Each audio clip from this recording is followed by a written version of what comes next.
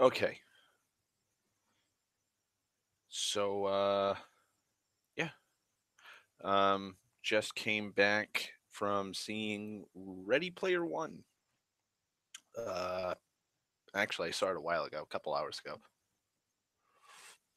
I've been doing stuff. I'm a very busy man nowadays. But yeah. So non-spoilers,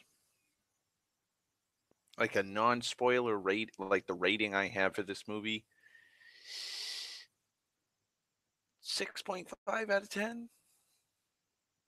Yeah. That's my rating for it. It's a good movie. Like it's a good popcorn film. I liked it.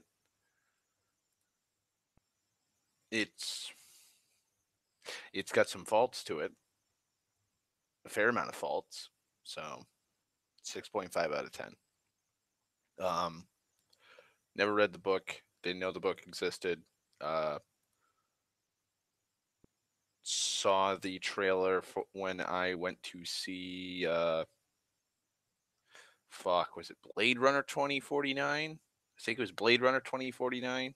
I think it was that or Guardians of the Galaxy. It was one of the two. Saw that the first trailer for it and was like, "Oh, that's pretty neat." Oh, hey, the Iron Giant. And that's probably the biggest thing that made me want to go see it was we're finally going to see the Iron Giant in another movie, and the possibility of Gundams. That was those were the things that made me go, "I want to see this."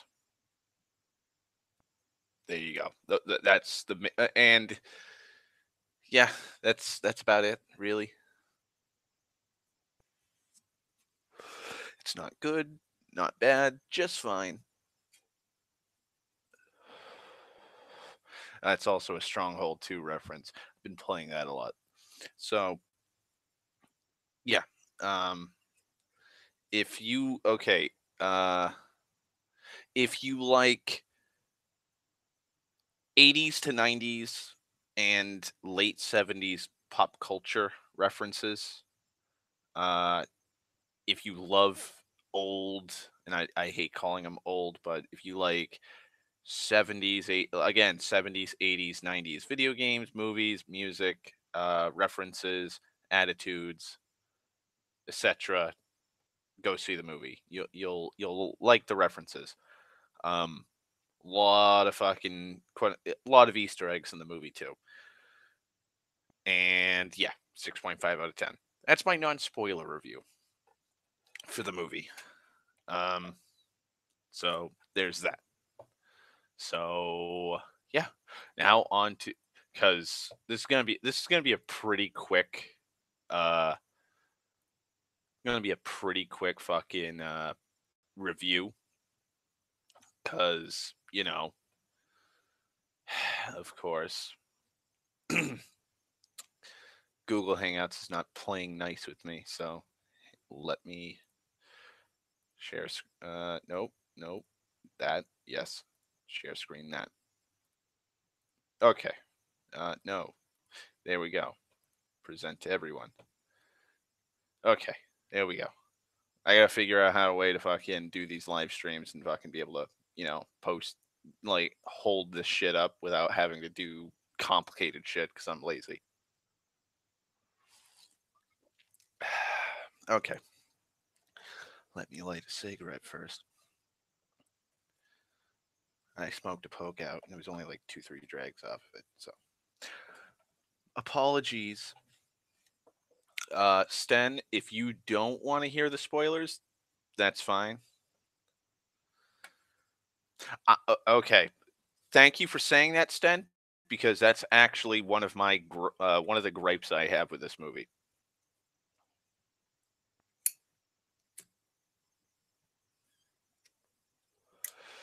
Okay. So warnings. Okay. So Sten doesn't care about the spoilers. Okay.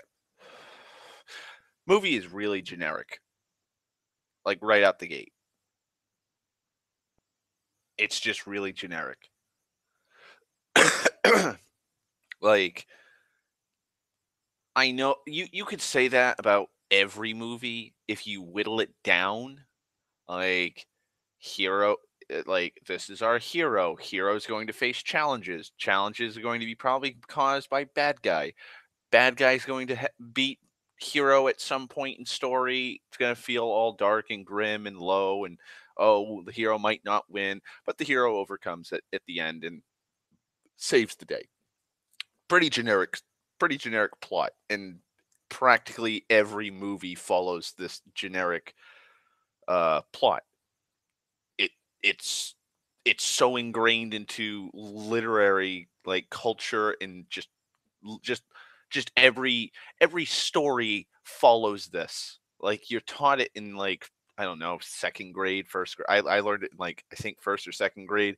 It's the oh god, I forget the name of it. It's the fucking there's the line there's two lines in a fucking triangle and it's like up this is the rising action, this is the climax, this is the declining action and then resolution and I forget what the other one is. But basically like it's so simple and so easy. Yeah, it's like stories are like stories boiled down to their basic like core elements are the same. Same with movies. Like Dan just said, it's three act structure: begin, middle, and end. Usually, the middle is where all the action is, and the first act is setting everything up, and the third act is resolving everything that was set up and done in the first two acts. But man, this like going into the movie before I even saw it, I was like, main character is probably like the main character is more than likely going to win. It's just how is he going to win? So you basically know most of the stuff like that they exposit and narrate to you in the movie just by the trailer. A guy named Halliday had a company. Him and his best friend made Oasis, and it's like the Oculus Rift. Basically, they built it up over like several generations of of like the I'm just gonna call it the Oculus Rift because that's basically what it is. So they've been making new generational jumps in technology with the Oculus Rift, and oh god, it's 2045 now. Halliday has died 5 years ago, and on his pretty much on the day of his death or like a few days before or after he stated, "Oh, I have an Easter egg. Spoilers, I have an Easter egg and yeah, it's got you know, it's only got a couple $1 trillion like like I think it's like $1 million like yeah, it's $1 trillion in stock and shares for Oasis. Uh Also, if you once you get this Easter egg, you'll have complete control over the Oasis, and you can do whatever the fuck you want with it. Uh, there's three keys. There's I think it's a bronze key or a copper key, jade key, and a diamond key. So he's made three of these, and there's three magnificent tests that'll test your resolve, and they're not normal tests. They're not normal trials. They're in your mind. You have to think, and I'll sprinkle some clues along the way. So there you go. And so the movie sets this up as being 5 years after this Easter egg hunt has been released, and Gunters, egg hunters, or the Easter egg hunters, the people in the Oasis that are actually actively searching for this, the Gunters have found no fucking clues whatsoever. None. And it's a it's daily for people to just live their lives out in the Oasis because it's a post-apocalyptic society with megacorps. IOI is a rival company. They don't really explain that all too well, but IOI is a rival company created by the intern of Halliday, and he wants to take control of the Oasis so he can put ads and microtransactions into the Oasis. And he even tells his board of executives, "Yeah, we'll remove 80%. of the view screen of the vision of the Oasis player and fill it with ads. And the only way to get rid of it is if you, like, I guess, pay a certain like a pay a fee or something like that to get away from ads or something. And he was like, "Oh," and it's further into the movie. I'm jumping all over the place. But basically, like, that's what he wants to do. He wants to add ads and microtransactions to the Oasis and bleed people dry of their money. So Wade Watts is the main character's name. His username is Percival, which is named after the knight from the Round Table who discovered the Holy Grail by himself. And that alone should tell you what happens in this story. Just from that, like, because he meets up with this chick named Artemis, whose E is replaced by a 3, because Leet speak. And so she's like, "Oh, you're named after Percival, the knight of the Round Table who found the Holy Grail all by himself, huh?" And he's like, "Yeah, I know. It's generic, but it's like, ugh, eh. Like we already know. We already know how it's going to play out." Um, so the main cast is Percival, Artemis, and Artemis is a gunter slash blogger, and I don't remember fully, but I do believe Percival actually states that Twitch is still around. I think because I think I because he's talking to his friend H, and H is spelled I think it's AECH, but it's pronounced H. Um, H is like a hardcore first person shooter expert and loves killing people on Planet Doom. That's the person with the weird stretchy like piston torso that kills Freddy Krueger, Duke Nukem, and believe Doom Guy in the trailers. Um, but yeah, that's the fastest way to get artifacts, which is basically like loot in World of Warcraft during raids, and coins. And you collect coins to buy things in the game, like weapons, armor, artifacts. Uh, you can use it to purchase real world stuff like food, pay off your bills, and stuff like that. And so Percival hops into the Oasis at the beginning of the movie after expositing like the world, and immediately calls up H and is like, "Hey, where the fuck are you?" And H is killing people to rack up coin. And Percival's like, "Hey, the race is going to start any minute now. Let's go." And so they start. Like the movie opens up like not even 5 minutes into the movie. It felt like they're already racing in that badass race scene, and you practically saw the majority of the race scene in the trailers. And the end of it is at I believe it's Central Park in New York, in Manhattan, is the finish line. And if you get to the finish line, you'll get the bronze key. Like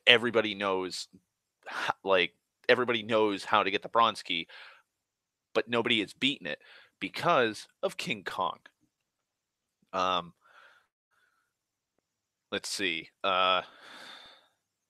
There is a so at the beginning of the race, you go down the Brooklyn Bridge, and on the Brooklyn Bridge, giant slabs of concrete, steel, and asphalt rise up. So there's certain like obstacles start shooting up out of the ground, to which you have to dodge. Then at the end of the Brooklyn Bridge, the streets pull up into ramps. You jump off onto the ramps, as you see in the trailers. There's the wrecking balls. You go through, I believe it's Chinatown. A T Rex from Jurassic Park comes out of nowhere and starts devouring cars. So you have to dodge that. And then King Kong just starts eviscerating players left and right. And one of the attacks destroys a train, one of the railways for the monorails, and H is out of the game because they have to stop because there's no way they can get over it. Percival is in the lead, and Artemis is right behind him. And as Percival's just about to get to the finish line, Kong smashes the rest of the road and he bails out. He stops, and that's it. And then he sees Artemis coming, and he knows she's not going to make the jump because she didn't see Kong. So he tackles her off of her Akira bike, and Kong completely destroys it.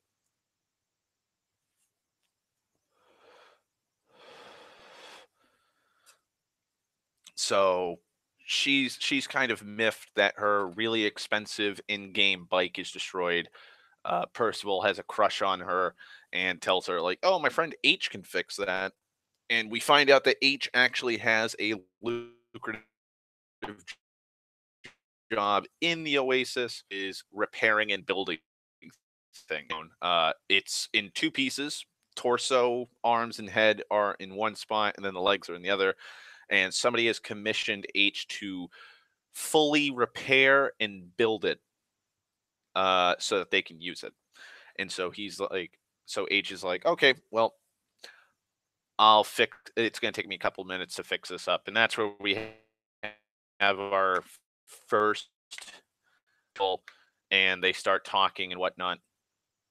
And Artemis is like, "You're not in this for the real world. I'm here for real world stakes. Like, piss off." And then she just walks off, and she gets her bike back. It's all fixed. She thanks H and Percival, and she leaves. And so Percival goes to the Jedi archives, kind of.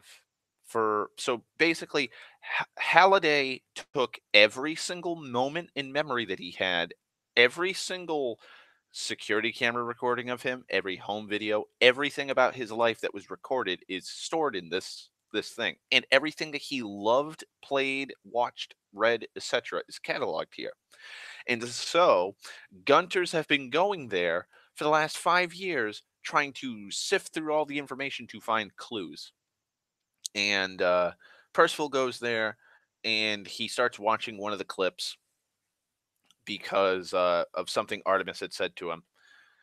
And as he's watching one of the clips, not Gunter, fucking Holiday and his friend Ogden Morrow, who's played by Simon Pegg, which I was surprised Simon Pegg's in here, but uh, Halliday and Morrow are complaining arguing with each other, because Halliday still thinks the Oasis is a game instead of like an, a virtual reality simulation thing, which is essentially what it's become. And Percival finds out right before he leaves that Halliday says, "If only I could go backwards, like pedal to the metal." And so that snaps him, that gives him the clue, and so he goes back to race, and H is with him, and Artemis is there as well. And IOI have been right, and all the kind of robot-looking people you see are members of IOI trying to get to it. And so Percival just goes in reverse, and he unlocks the Easter egg track, and he's able to go underneath everything, and he gets the key.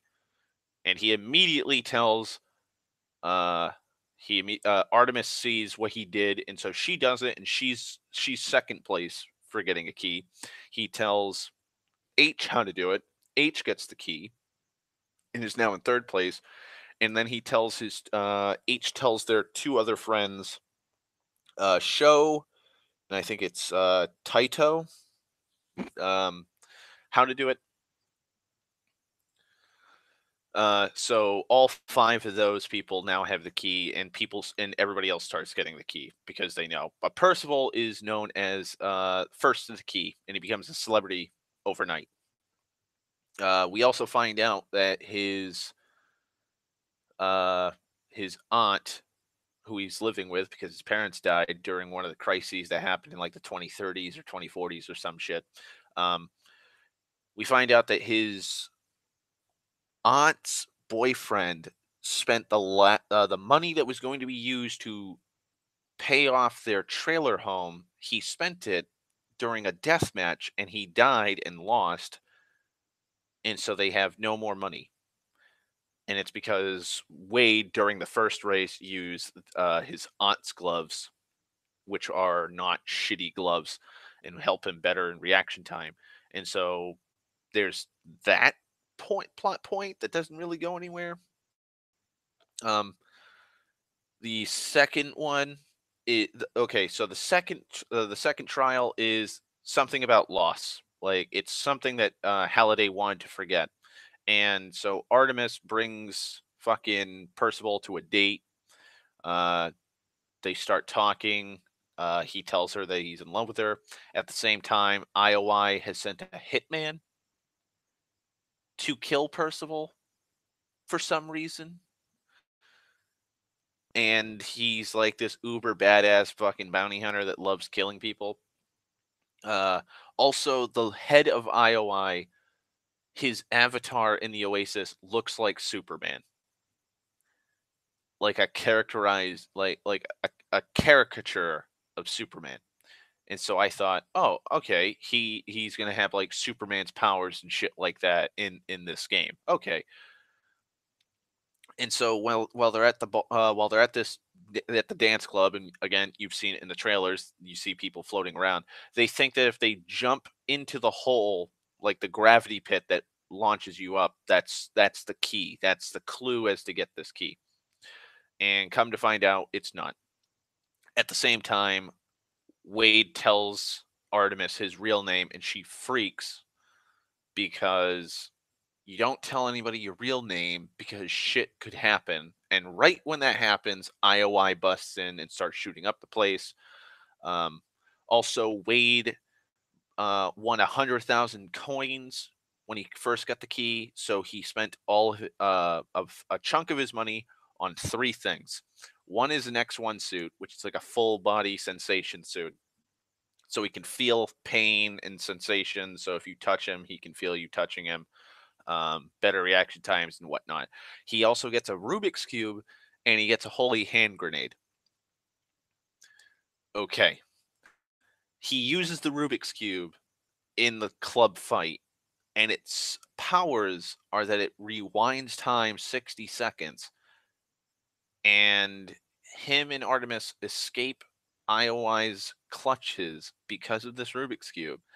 And she tells him that he's being a child and thinking only of himself, and then immediately states her backstory, which is her father died in one of the I think it's a loyalty booth for IOI, which is essentially you work yourself to death paying off your debt. And because of that, she wants to bring down IOI because, well, her father was killed by them. And so she storms off, and fucking Percival's all sad and, oh wow, woe is me. But because the bounty hunter was at the bar, he informs the head of IOI that he's traced back everything. He's traced back a purchase in, I think it's Columbus, Ohio. Yeah, it's Columbus, Ohio, is where all this takes place. He's traced back all purchases of X1 suits with the name Wade, and Wade Watts is the only person that has that name that has recently purchased for the that has purchased an X1 suit. So the head of IOI makes a deal, contacts Wade through his visor and says, "Meet me in the prism, and I will talk, and I have a deal for you." So they start talking, and the head of IOI gives him an offer. I'll give you $25 million and a salary if you collect all the keys and get the Easter egg for me. And Wade says no. And that's when IOI, the head of IOI, Nolan is the dude's name, but Nolan tells him flat out, "Well, I know who you are and I know where you live. So if you don't, I'm gonna blow up your family." And Wade freaks out and he tries calling his aunt, and her dumbass boyfriend picks up and he's like, "Don't even fucking talk to me anymore. Like, don't call this place. Don't talk anymore. Like, get the fuck out of here." And Wade keeps telling him the place is gonna blow up. Like, you guys got to get out. And they don't. So Wade's aunt and her boyfriend get killed along with, like, I don't know, 10, 15 other families because there's like 10 to 15 trailers, trailer homes stacked on top of each other, and it comes crashing down. Uh, Wade runs back to his little van that's tucked underneath a bunch of garbage and tells Artemis and H and Taito and Show what has happened, and he gets black bagged. And come to find out, it's a resistance fighter that's fighting against IOI, and he then meets the real life. He meets Artemis in real life, and she's like, "I'm a resistance fighter.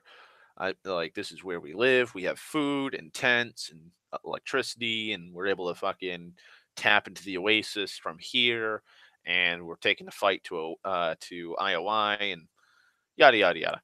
And so they bond. They go back in, and while they're talking on the roof about it, she realizes what the second clue is.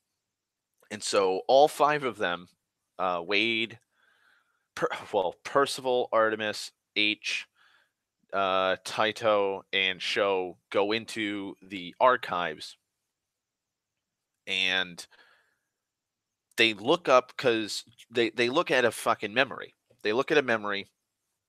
Well, before this, Percival and Artemis saw the memory first, which was they think it is Morrow's or Ogden Morrow's wife. And so they were looking at what happened, and a few years before Ogden married her, she went on a date with Holiday, and fucking Percival makes a bet with the butler, the robot butler that pretty much takes care of all the archives. He's like, I'll make a bet with you. This is the only time she is ever like her name is ever brought up in this at all. And come to find out, it's the only time. So the butler's like, well, a bet's a bet here, and he flicks him a coin. And this is before they go on. Percival and Artemis go on the date. Well, fast forward now. They now realize that it's not the date. It's the date itself, not her. So they're like, okay, well, they saw a movie because that's what Holiday says happened during the date. She wanted to go out dancing, but they sat down and watched a movie instead. And so they're thinking, well, these are the movies that he saw in this span of time, like this week that him and Mara's wife had gone on this single date. So it's something the creator hates. What could it be? And so they're like, The Shining. The Shining movie has to be it because it was a bestseller by Stephen King, but King despised the Shining movie. And so they go into The Shining. You got the theme song playing. It cuts to them walking down the stairs of the hotel. They're walking around. H has never seen the movie. They don't know how scary it is. H gets hit in the leg by the back in the back of the leg with a tennis ball. He goes down the hallway, sees the two creepy girls. They go into the elevator. He tries to open up he starts pushing the elevator button, and Artemis and Percival scream to him not to, and that's when the giant fucking like wave of blood comes out. He gets dragged down the hallways, goes into the room with the creepy rotting lady is in the bathtub, and all of a sudden axes start going everywhere. He gets sucked into the maze where you don't see Jack Torrance, but you see him chasing after H, and then a giant half naked rotted lady is swinging a giant axe at him while looming over the maze. And then Artemis and Percival pull him out through the freezer inside the hotel, and they realize that it has to be in the ballroom because H saw a picture of Morrow's wife. I think her name was Kira. The H had accidentally ripped it in half while trying to grab onto something in the hallway. So they go back and they're like, dancing. It has to be in the ballroom. So they go, and there's a bunch of dead zombie people just floating around dancing, and Percival and everyone else is like, there aren't zombies in The Shining, And sure enough, they see Kira dancing around. And so for some reason, I'm not sure if I don't even know if it was explained why, but uh Percival, Taito, Sho, and H are immediately sucked out of the hotel and brought back to the entrance, which was a movie theater, s- uh, showing The Shining. But Artemis is there, and she hops on a bunch of zombies, and she starts dancing with Kira, and she gets the second key, the Jade key, and then Percival, H, Taito, and Sho get the key after her. Um, IOI finds out how to do it, and there's a quick funny scene where you see dozens of people working for IOI screaming and panicking as they are being, and it cuts to them in the Oasis where they are getting brutally killed by all manner of zombie half naked women and shit. Um, then IOI tracks down Wade and Artemis. Her real name is Samantha. They track them down. They storm the building. They start capturing people. Samantha goes, "Oh, Wade, go through this fucking vent tunnel, this air shaft. Go down. It'll bring you to an alleyway. Get out of here quick.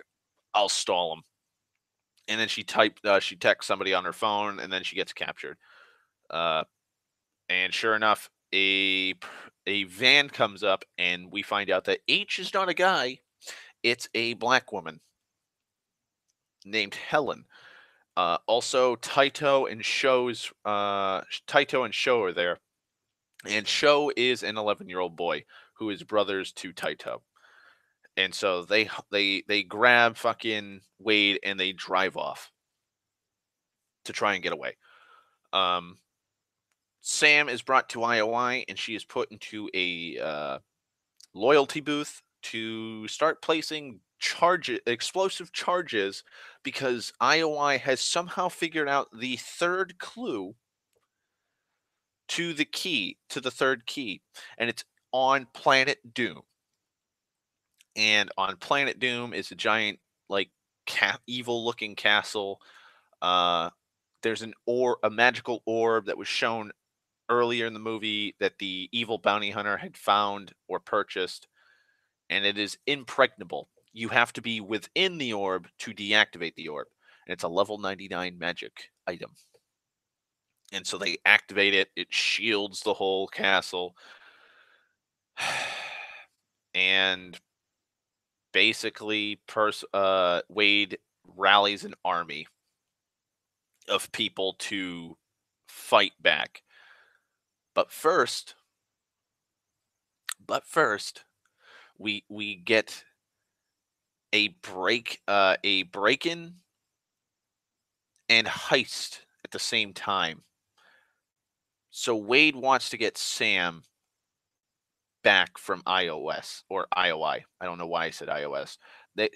Wade wants to get Sam from IOI. So what he does is he has H hack the Oasis booth that Nolan, the head of IOI, has.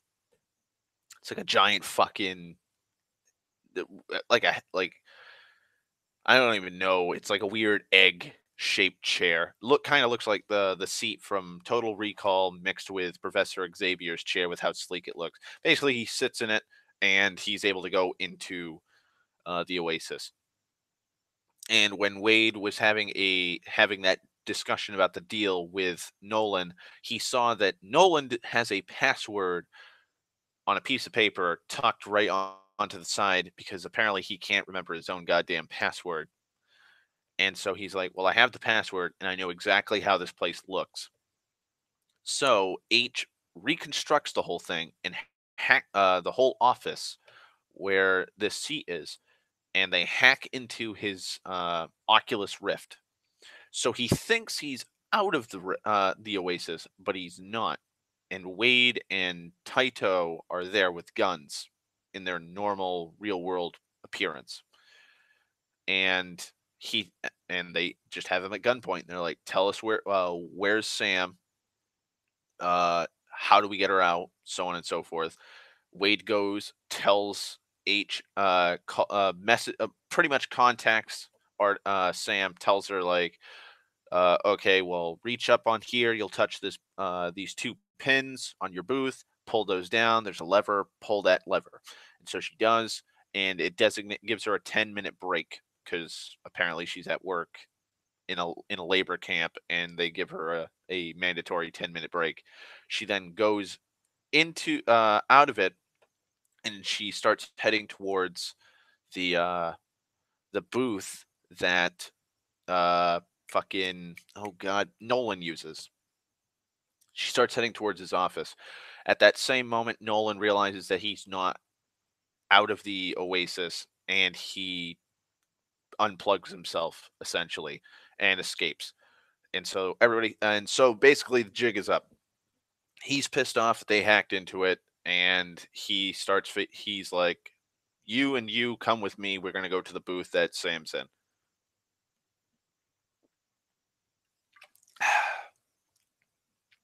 They go to the booth, find out she's not there. They freak out. They start searching the whole building, and Sam goes into his booth in his office and finds out the this is probably one of the lamest things. Finds out the spell incantation needed to deactivate the orb, which is the same thing you use to activate it. So she gets that and hides in his room, hides in the office behind first the booth and then his couch before slipping out, while Nolan starts getting ready for the final battle against Wade and the rest of the Oasis. And so she goes into the war room, which is where you see in the trailer all the people like strapping themselves in. So she straps herself in and she starts working as essentially a double agent. She looks like an IOI member, but she starts sneaking her way through the castle so that she can deactivate the orb. At the same time, Wade, as Percival, rallies the Oasis to fight against IOI because they're going to get the third key and access to the Easter egg, and they're going to destroy the Oasis. And we see a slew of fucking Easter eggs slash cameos slash references. Too many to count. Um, Now, the final challenge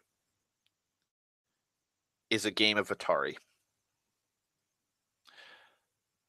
There are dozens of games that IOI has whittled down to be what they think is going to be what you have to play. They try Centipede, and it's on ice. Like there's a TV, like an old CRTV with a Atari console and a bunch of games. And as you're playing, if you're playing the wrong game, or you die, or you beat the game, but it's not the same one, you fall. The ice breaks out from under you, and you're out. Yes, seriously, Sten. And so they have an entire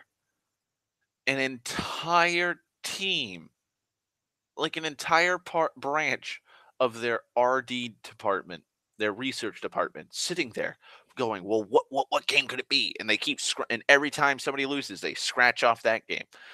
And so one of the chicks in the department goes, "Adventure. It has to be adventure."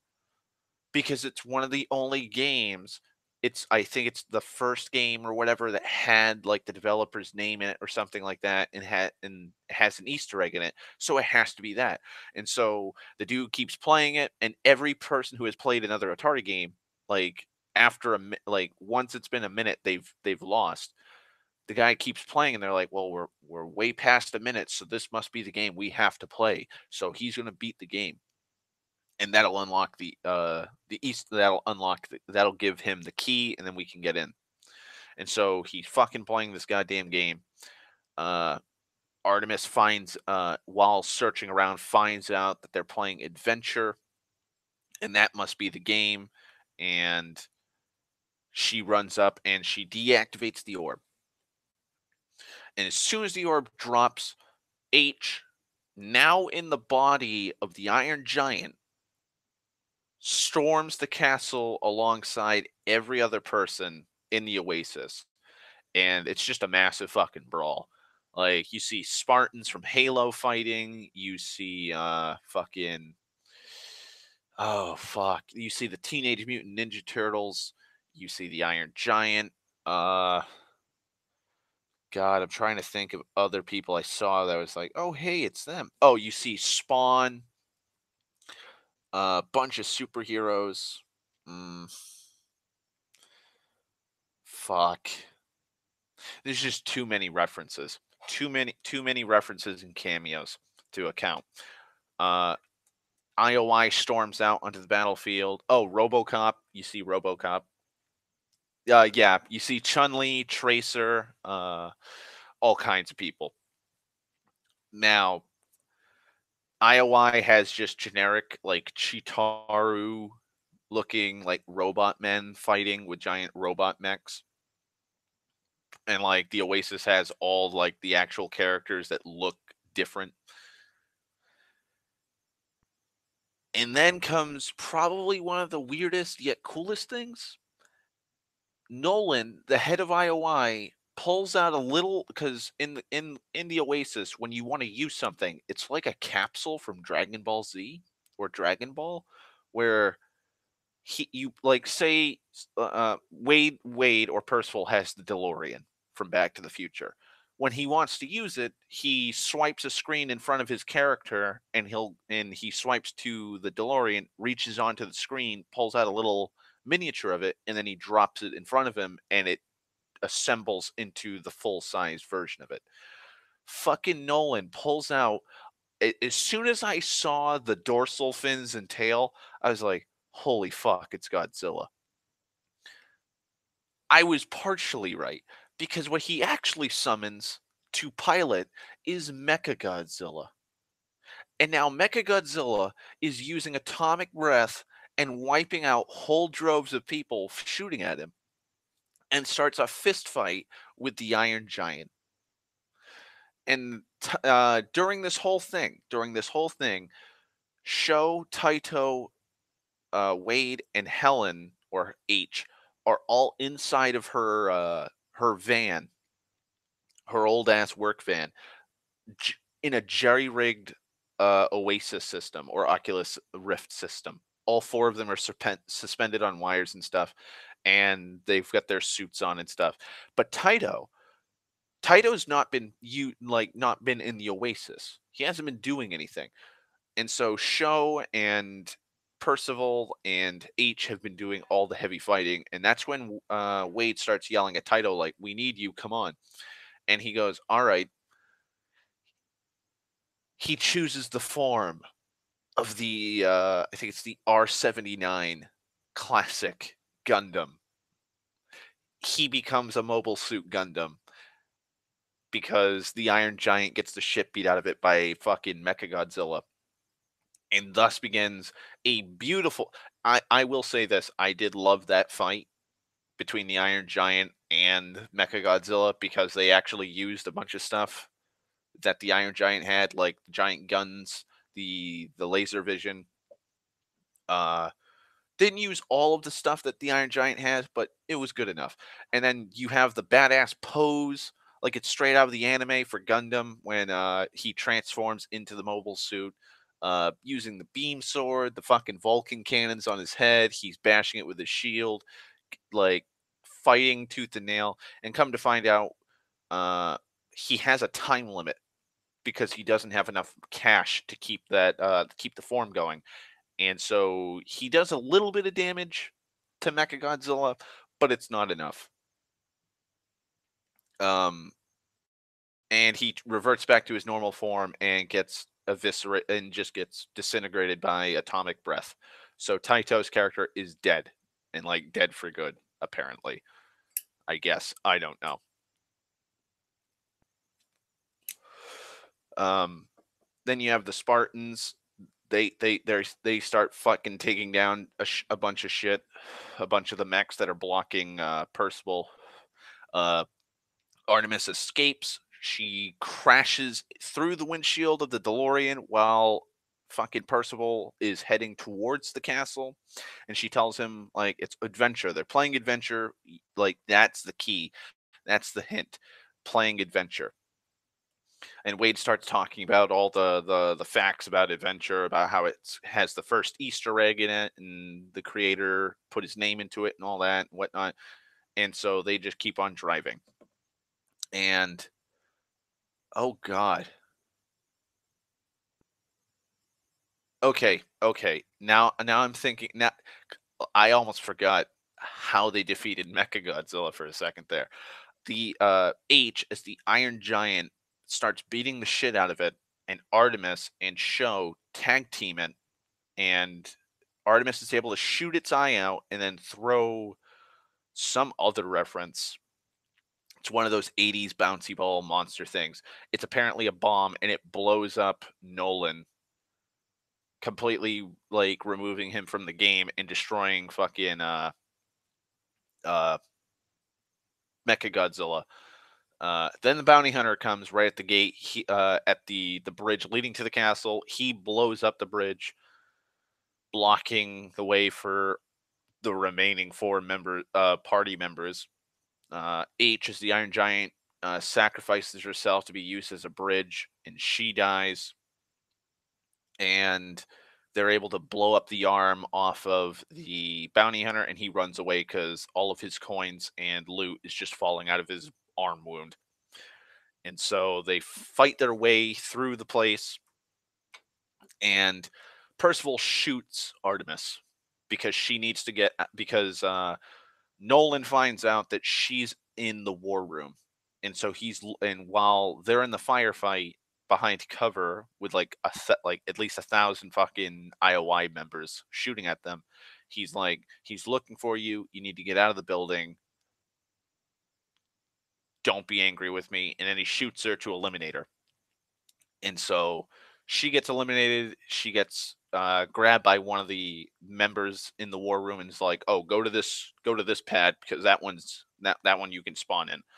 And so she gets away. She runs out of the building and heads to the truck that Wade, Helen, Taito, and Show are in. And so she logs in and it's I believe, her avatar. Uh, then with just Show and Percival left, Percival finally uses the holy hand grenade and is in like a Deus Ex Machina, wipes out all 1,000 enemies shooting at him in one blow. And then him and Show run to the ice, the iced over lake cavern thing where this fucking one dude has been playing adventure the entire battle on a CRTV, and he beats it and loses, and he falls to the ice. And Percival's like, "Well, of course not, silly. The whole point is to get to the Easter egg. You don't have to beat the game."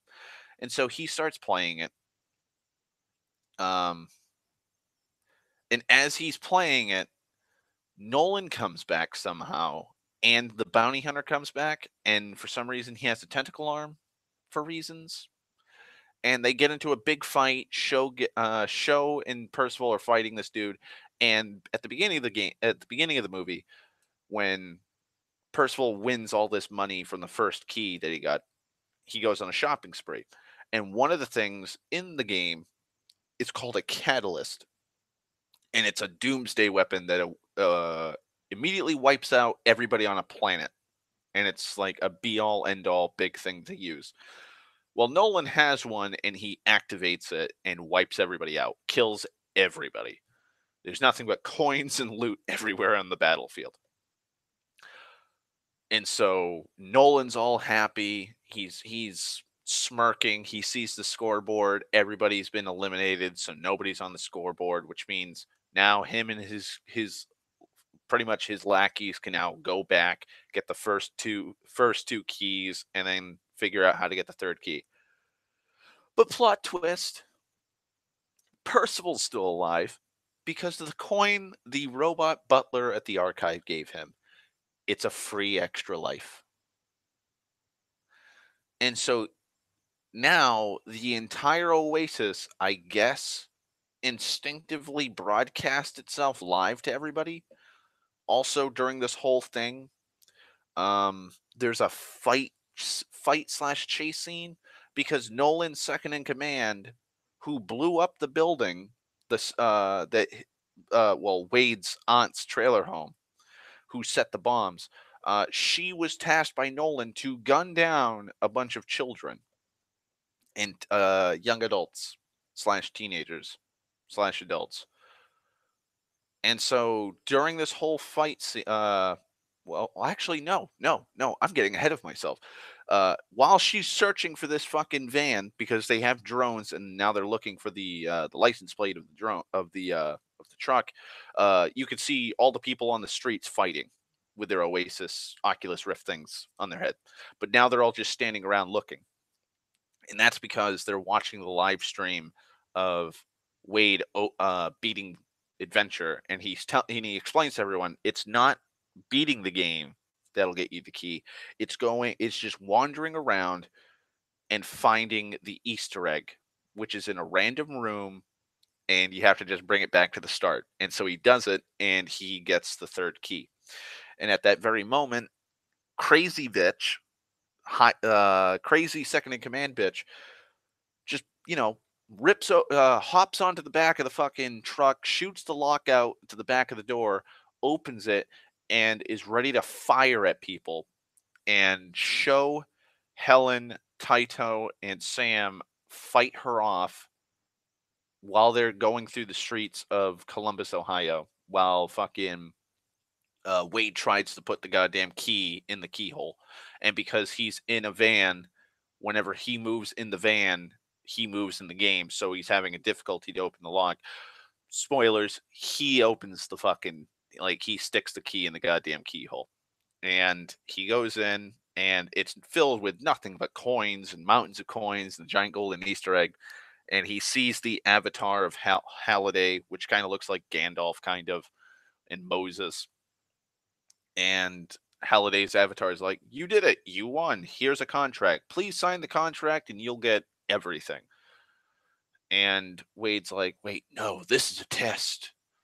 I'm not going to sign this. I'm not going to do what you did to your friend Ogden Morrow." And so Holiday's like, "Oh, you saw through my facade. You've passed my morality test. In you go." And so he's brought to Halliday's childhood home with a little child version of Halliday playing Atari as a kid, and then old man Halliday's there. And Halliday starts telling him like, "Yep, you won, Wade. You won the prize." Yeah, this big red button on the side of my childhood bedroom wall, that big red button, if you push it, you will erase all the servers of the Oasis, completely erasing it from existence. And oh hey, let me up. Here's your Easter egg, and basically you now control the Oasis, and you have all this money. And during this whole time he's talking, all five of them are driving to the stacks because they know that the people at the stacks are still pissed off at IOI blowing up and killing innocent people. They beat second in command bitch. And Nolan is so pissed off, he had taken one of the company vans and a security guard's gun and drove to the stacks. And just as Wade finally gets the Easter egg, that's when Nolan opens up the door with his gun pointed at him. And I don't know why he doesn't fire at him. I thought that was how the movie was going to end. Like, Wade dies, and, like, he doesn't get to, keep like, it was more like the reward was meeting people in the real world and overcoming adversity and becoming a martyr. But no, like, Nolan apparently sees the golden glimmering shit on his hands and stuff because he's holding the Easter egg in game, but he's looking at his real body, and I guess he's touched by just the beauty of it that he doesn't go through with his plan of killing the dude. And The cops arrest him.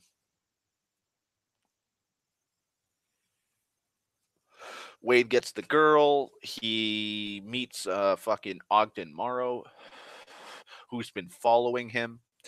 Makes him sign the contract because he is now the sole arbiter of Oasis, and finds out that Ogden Morrow had, even though he was estranged friends and colleagues with uh, Halliday, he is his avatar in the Oasis was the robot butler, and so yeah, uh, Ogden gave him a free life because he lost a bet to what Ogden says a really smart kid, and under the control fucking Wade finally goes, "Well, I'm not going to be the sole arbiter of the Oasis.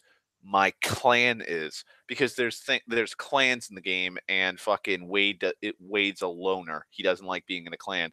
But now him, Sam, uh t- uh Taito, Show, and H are now are High Five. That's their clan name, because throughout the entire movie, Wade keeps trying to as Percival tries to keep giving people high fives, and they don't do that. So his clan High Five takes over the Oasis with Ogden as their advisor, and so they bring everybody back.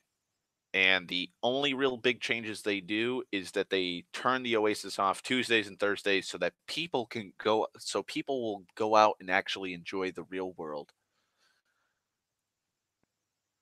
And that's the end of the movie.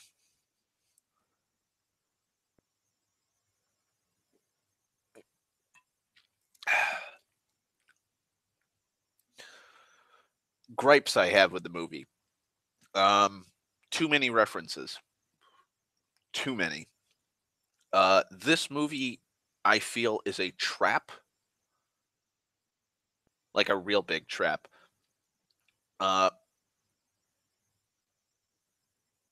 the reason why I say it's a trap is because it's there are so many references and so many characters from other fucking franchises in this movie that currently right now the only way to see every single reference, you would have to go and pay like a $10 for a fucking movie ticket to find, like, repeatedly, to see it, to see every single reference. Like, I know the Freddy Krueger and the Doom guy and the fucking like all the stuff I saw in the trailers, I saw in the movie. And there's a lot of things I saw in the movie that I was like, "Oh, hey, that wasn't in the trailer. Okay, I saw that." Like you saying, "Oh, there's a Rooster Teeth reference." Didn't see that. I'd have to watch that movie. Like, I'd have to watch the movie again in theaters currently, or until the DVD comes out. Like, there are just too many references. Um, Other gripe I have with it, there's a lot of things, like, I like 80s movies, and I like a lot of 70s, 80s, and 90s movies, music, and references, and a lot of stuff from those eras. There is just too much shit in this movie that even I'm not that big into.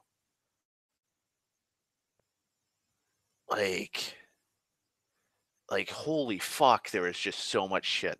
Like so it's 2045, and apparently everybody likes 80s shit.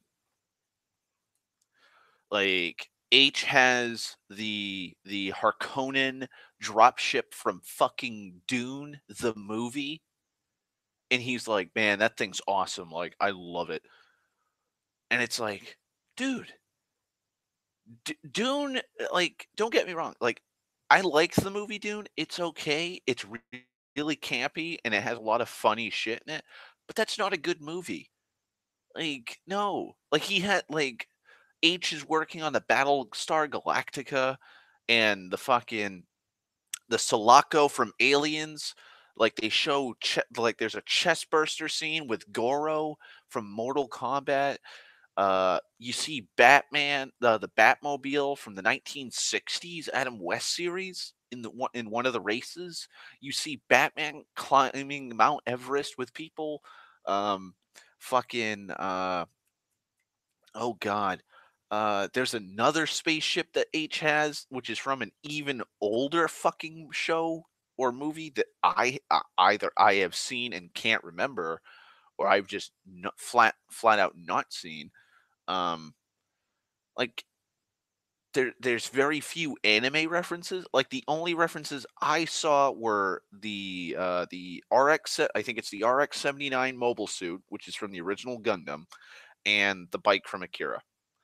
Those are the only two that I actually really understood. Like I was like, oh hey, there's four kids. I guess four kids who play as the Teenage Mutant Ninja Turtles in game. You see them fighting. You have the Spartans from Halo. Uh, some Overwatch characters. Fucking. You see Harley Quinn and Deathstroke, and then like Harley Quinn and Deathstroke are leaving the club when Wade's going in it, but then Harley Quinn is still inside the club because she's in one of the booths when the fucking bounty hunter comes in. We never see the bounty hunter's like real world persona. Um, God, what else is there that I can honestly remember that was in the movie? They reference the fucking school that Ferris Bueller and the Breakfast Club takes place in, but like, th- my biggest gripe is nobody but people my generation who actually look back on that era and people who live that era are probably going to get a lot of the references. Like they reference John Hughes. They talk about Rush. There's fucking Twisted Sister plays in the movie. Funnily enough, Rush does not play at any point of the movie, even though Rush has a big part in the book, from what I remember reading up on. Um, Fuck, what are the other they reference Michael Jackson because Wade's trying out clothes and he's like, "Oh, well, how about I go to Thriller?" and he's dressed in the red leather outfit that Michael Jackson wears in the fucking music video. Um but yeah, just meh. Again, like I don't think a lot of kids and a lot of teens and people around my age that just don't watch that kind of shit are going to be interested in it or get it. Um, the final battle was pretty all right. Like I said, I like the Iron Giant fight beating the shit out of a fucking out of Mechagodzilla, and I like the Gundam fight against Mechagodzilla. That should have its own fucking movie, like Mobile Suit versus Gundam. That'd be awesome. Um, Christ, make a Gundam movie. Like apparently Warner Brothers was able to get the rights for the RX-79 mobile suit. Like just make a Gundam movie. Uh, Apparently Warner Brothers has rights to Halo. Make a Halo movie. Do something with it. Like yeah, you were able to grab all of these fucking rights for all of these characters and shit. Do something with it. And they're just all like really, oh, Chucky from Child's Play is in it. It's apparently a weapon. Fucking Wade throws it while he's driving the DeLorean in the final battle, and then we get it was kind of it got a chuckle out of me because fucking one of the IOI members sees it being thrown at him, and he's like, "Oh my god, it's fucking Chucky!" and immediately jumps on his face and starts stabbing him, and then we jump back to the real world and we see like 20 other members that were next to the dude getting pretty much killed.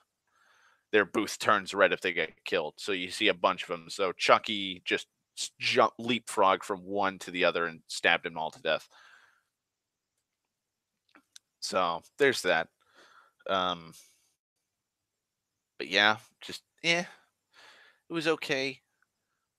It was all right. That's why I said it's a 6.5 out of 10. Like if you want to go see it, Stan, go see it. Um, I know there's better movies that I want to see. Avengers is coming out in 25 days.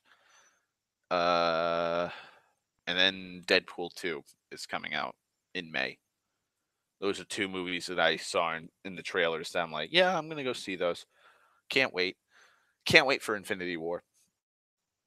That'll probably be like a 3-hour review. Wow, five. I gotta go see a movie in your theater because it cost me $10.79 for the ticket, and it cost me like $10.36 for a medium drink and a box of candy. Like it was insane.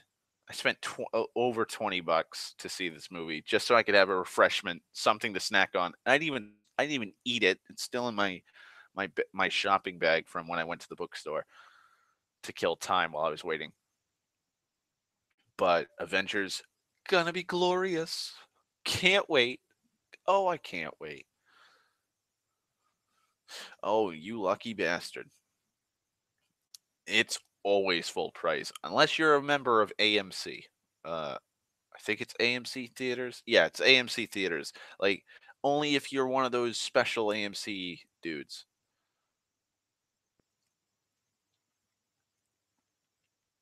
Like if you have the membership for AMC theaters, like you get deals and shit. I do not. So there's that. Also, there was only 4 people in the theater with me.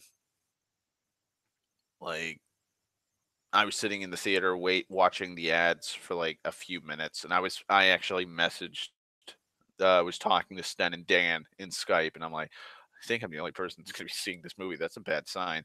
Then 2 people came, and then another person came in like 2 minutes into the movie, and that was it. Just 4 people. 4 people went to see this movie, and the entire theater that was screening this thing has an occupant maximum limit of 100 people. There's 100 seats. Only 4 of them were filled, and I don't think the movie's been out that long. Uh, Christ, has it been out that long? I don't even know.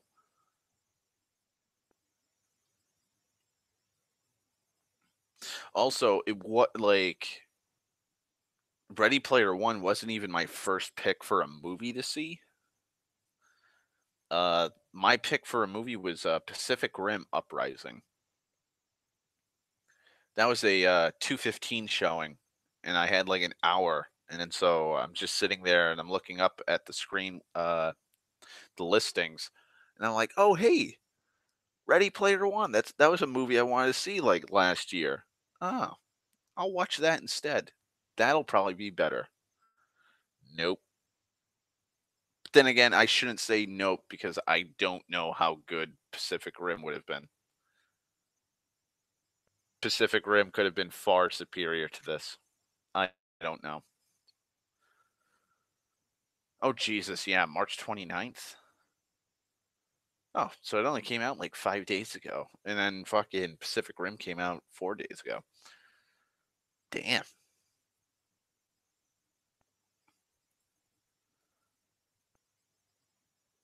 Well, I'll have to do something about that. I might see not Ready Player One. I might see Pacific Rim Uprising. I don't know. I don't think my wallet will be too pleased that I went to go see 2 movies in the same week. But you never know. So yeah, that's my review. Uh, yeah, I'll talk to you guys later. Um, and I will probably try and do an actual stream podcast thing Wednesday. I know I said Saturday or last Saturday, and I fucked up because I was working Saturday and I worked a long time. But I promise Wednesday, knock on wood.